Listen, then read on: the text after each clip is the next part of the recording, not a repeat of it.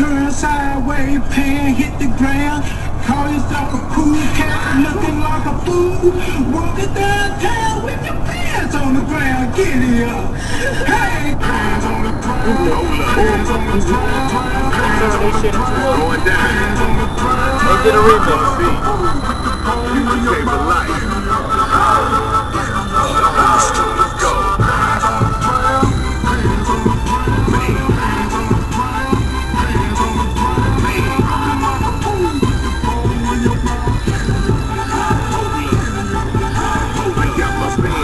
Ground made my Levi sagging. I was dragging, and now we ain't flagging.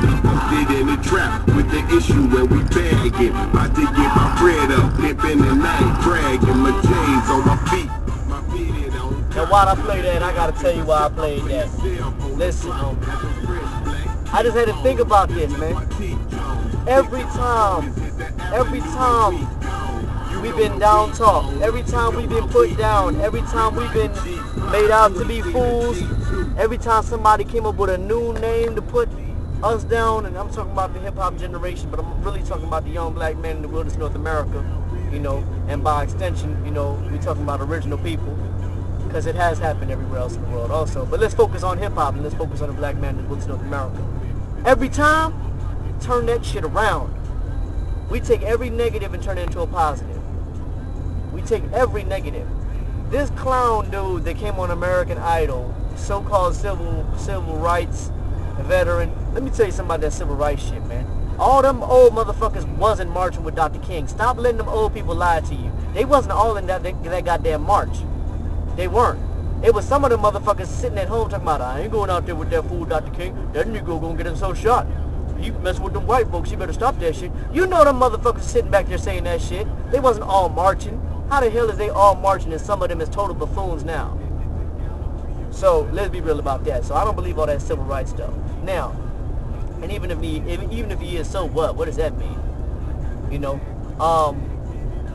But the dude, the same dude that embarrassed himself and made a fool out of himself on the song while talking about how young black men were making fools out of themselves, went before, who did he go before? Somebody leave it in the comments. The Senate or the House of Representatives, basically calling for a law against young black men, really against pants sagging, but of course it's against young black men. That's what it's about.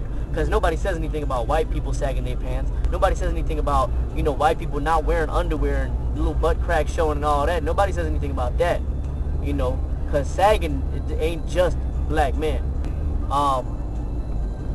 But, you know, basically he wanted a law that was gonna, he said, if they gotta go to jail for 50 years, I don't care. You know, that's his idea. I want them off the streets. I want them in jail if they're gonna sag their pants. You hear that shit? You know all that is the further criminalization of black men. Anything from marijuana to cocaine to pants sagging to loud music to walking in groups, anything that they can associate with young black men, they try to find a way to criminalize it so that they can incarcerate black men. The problem is there's too many other groups doing the same shit. You know, there's white boys out there loitering. You know, there's you know, look, white motherfuckers sagging. Oh, white motherfuckers up there sagging, skateboarding, destroying public property. Ain't nobody gonna say shit to them. But see, you can't create a law like that. You can't create a law and say no skateboarding and no fucking riding around and no doing silly shit on public property, even if your intention is to get one group of people, because you got to apply to all groups. See, and that's the problem. And if I crash my motherfucking whip while I'm doing this video, man, I hope this motherfucker is worth it. How the fuck would it be worth it, though? Hey, look, I'm just like everybody else, man. You can't tell me shit. I'm going to just do what I do, right? And so, you take people that have a style that's representative of rebellion. The same rebellion the civil rights generation had when they went out to march with Dr. King and their parents telling them don't do that, because that's what their parents were telling them. The same people that in the 70s was wearing their hair long to protest the Vietnam War and all that other stuff. The same people that, in the late 60s and all that. The same people that in the 70s was part of the free love movement, and the same people that was smoking weed. I'm talking about every elder that we got now that's talking about how things are so wrong with our youth now was rebelling back then.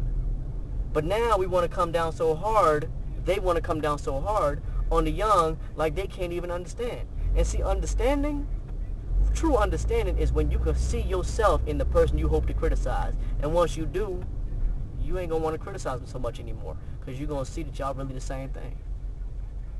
You know, when I see somebody doing some dumb shit nowadays, before I jump on the dumb shit they do, I try to look like, okay, well, what dumb shit do I do that's just like that? Like, how the hell am I going to knock somebody doing something reckless when look at what the hell I'm doing? I'm recording a video and I got hundreds of pounds of books in the back of my trunk weighing my car down, making these brakes damn near ineffective. And I'm riding around through, you know, stop and go traffic, you know, hitting 80 every once in a while, you know. But it's just like, I can't condemn the next man that's reckless because look at what I'm doing.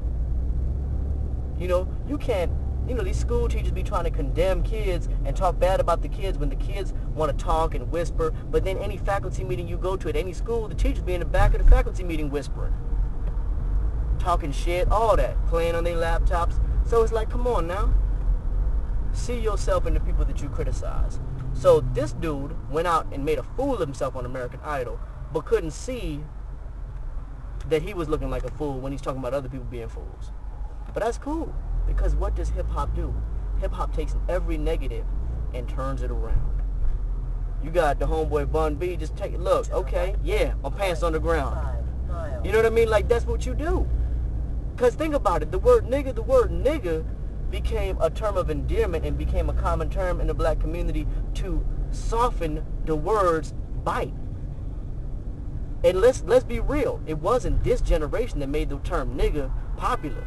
That ain't the ones that brought that shit out. It was the generation before that. Richard Pryor was saying it way back in the day. And guess what? The people before that, 40s, 50s, they were saying it too. You know, but now that there's a movement that doesn't really come from the black community to criminalize young black men, you got elders in the black community jumping onto that bandwagon and saying, yeah, that's the right thing to do. That's what we need to do. We need to criminalize and put down everything that they do. Oh, they say that word? Oh, yeah, that's the worst word ever. Not realizing the sentiment that word is born from. Not realizing where that comes from. Oh, let's talk about, like, crack cocaine sentencing. Everybody thinks that the Rockefeller laws and all that crack cocaine sentencing was strictly from just some evil white people. Nah. It was elders in the black community that was pushing for that sentencing. They were saying crack is such a bad thing in our community, we need to make the sentencing worse. Let's, just like the dude is talking about, we need 50 years for somebody sagging their pants. Let's make the sentencing worse. And then you see the repercussions. Now you got the nerve to talk about how the young can't see the long-term consequence of their actions. And we got elders pushing for shit like the Rockefeller laws and can't see the long-term consequences of that. See what I'm saying? This is what I asked on Facebook. I said, look, I'm going to give you, if you could either have 5 years to live, but you got access to everything in the world, you can go anywhere in the world you want to do whatever you want to do, but you die in 5 years. Or you get to live forever, but you stay in the same 5-block radius forever. Which one would you choose? Everybody. I'm talking about these are all grown people, not no kids. All these grown people, they chose choice A. I want to be able to do it up for these 5 years that I got, and then I'm gone. But we can't, but we gonna knock the same young that want to be dope boys, that want to hustle, that want to get their money any kind of way they can get it, and don't want to pursue these little bullshit stable lifestyles that we tell them about, where they can work at UPS for 30 years only to get laid off with all their benefits cut. You know, and we can't understand that. Why the hell can't we understand that? Why the hell can't we understand that if you won a lottery ticket, what would you do? Would you take the lump sum, or would you take the monthly payments? You take the lump sum because tomorrow is not promised, even for an old person. Even an old person can see that. So why can't we understand when the young go with that same mentality? That's what I was saying. I was trying to remember that. You know? So basically the point of this is understanding. Man, when you look at these young, man, see yourself in them. See the things that they do and see what you did. If you ain't do none of it, I don't know what you was doing. You must have been a total lame. But man, I did everything that they doing right now. I did more than that in some cases. You know?